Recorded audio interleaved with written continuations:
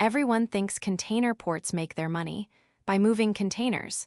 That belief is so common, so accepted, that almost nobody questions it. It's completely wrong. And once you understand why, you'll never look at a shipping container the same way again. Let's break this myth apart, piece by piece. Myth number 1. Bigger ports mean bigger profits from cargo volume. Sounds logical, right? More containers, more money. But here's the uncomfortable truth.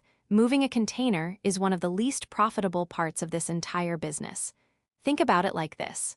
A restaurant doesn't make its real profit from cooking food faster. It makes money from what's on the menu, the drinks, the add-ons. Ports work the same way. The actual lifting, stacking, and moving of a box is a low-margin, brutally competitive service. Terminals compete so hard for shipping contracts that handling fees stay razor-thin. So if that's not where the money is, then where is it? It's hiding in something almost nobody talks about: time. Here's a real pattern that plays out every single day at major U.S. ports. A container arrives. The port doesn't just charge to unload it. They start a quiet countdown the moment it touches the ground. If that box isn't picked up within a set window, fees start stacking day after day. This is called demurrage, and it's one of the most profitable, least visible charges in the entire industry. During major congestion periods, some companies have paid millions of dollars in these fees just for boxes sitting still. Not moving, not being handled, just waiting. That's myth number 1 destroyed. The real money isn't in movement. It's in delay, but we're just getting started. Myth number 2. Ports are public infrastructure, so profits mostly benefit taxpayers. This one feels true because, technically, it kind of is. The land often belongs to a city or public authority. But here's the twist that changes everything. The actual operations, the cranes, the equipment, the day-to-day control, are usually run by private terminal operators. Some of them are even partly owned by giant foreign shipping conglomerates. So you end up with this strange arrangement: public land, private profit. Picture a landlord who owns a building, but rents the entire thing to one company, who then charges everyone else to use it. The landlord gets a small, steady payment. The operator captures the massive upside. That's closer to how modern container ports actually work. So when people say the port made money, the real question is which port? The public authority collecting lease payments, or the private operator collecting nearly everything else? Now here's where the story gets even more surprising. Myth number 3. Shipping companies make their money moving cargo for customers. Wrong again. And this next part might genuinely shock you. During the pandemic supply chain crisis, ships were stuck outside U.S. ports for weeks, sometimes months. Store shelves were empty. Small businesses were desperate. Consumers were furious. And yet, shipping companies posted some of the highest profits in their entire history. How does that even make sense?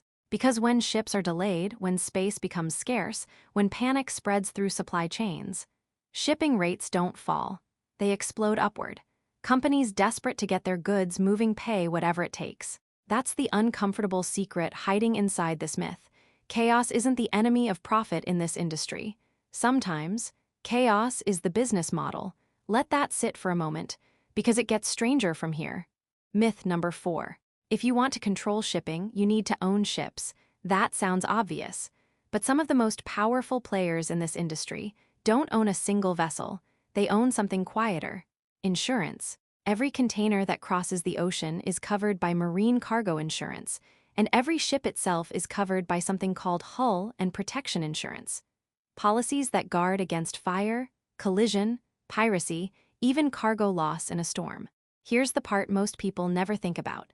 These insurance contracts are often mandatory before a ship is even allowed to dock. No coverage, no entry.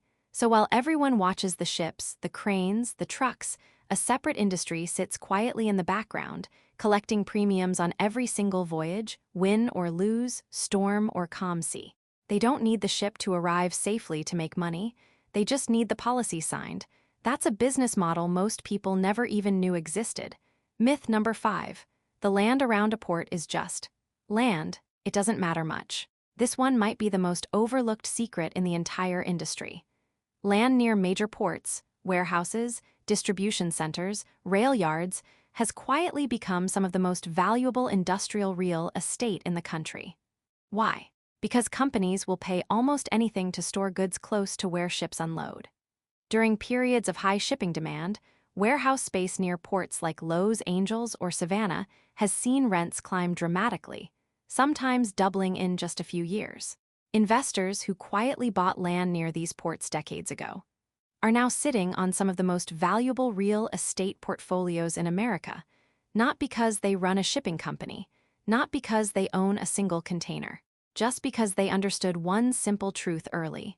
Whoever controls the land next to the gateway controls the price of getting through it. Now, myth number 6, and this one might be the most emotional part of this entire story. People assume that because ports move physical goods, most of the workforce benefits from this growing industry. Here's a case study that tells a different story. At several major American ports, automated cranes and driverless yard vehicles have already started replacing human labor. These machines don't take breaks, they don't get tired, they don't ask for raises. For the companies running these terminals, automation means lower costs and higher margins.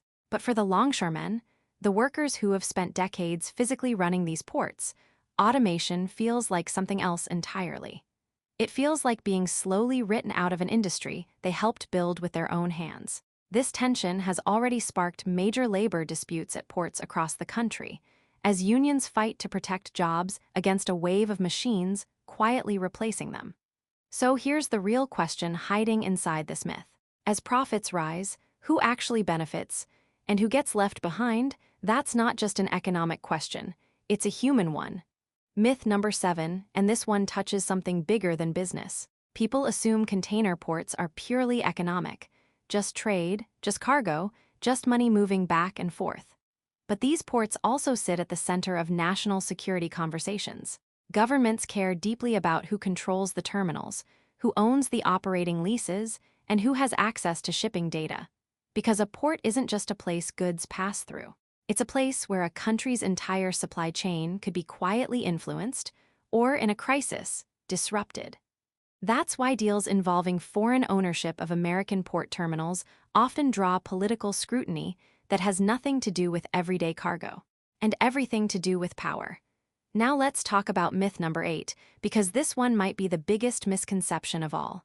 People assume that owning a port, or a shipping company, or a terminal means you understand where the money in this industry is really made. But the biggest profits are increasingly hiding somewhere else entirely. Data. Modern ports are starting to generate serious revenue from something you can't see, touch, or load onto a ship. Predictive scheduling, real-time tracking, AI-based congestion forecasting. Some of tomorrow's biggest winners in this industry might never touch a single container. They'll simply know before anyone else where the next bottleneck is about to happen, and they'll profit from that knowledge alone. That thought alone should change how you see this entire industry. Now, let's step back and look at the picture we've built. We started believing container ports made their money moving boxes. We now know the real profit hides in delay fees, in the gap between public land and private operators, in chaos itself, in insurance premiums collected quietly in the background, in real estate sitting beside the gates, in questions of national power, and increasingly, in information nobody else has yet. Every myth we broke here reveals the same underlying truth. In this industry, the visible activity, the ships, the cranes, the trucks, is almost never where the real money lives. The real money lives in the invisible structures underneath. And that raises one final, uncomfortable question worth sitting with. If an entire $300 billion industry can operate this differently from how most people assume,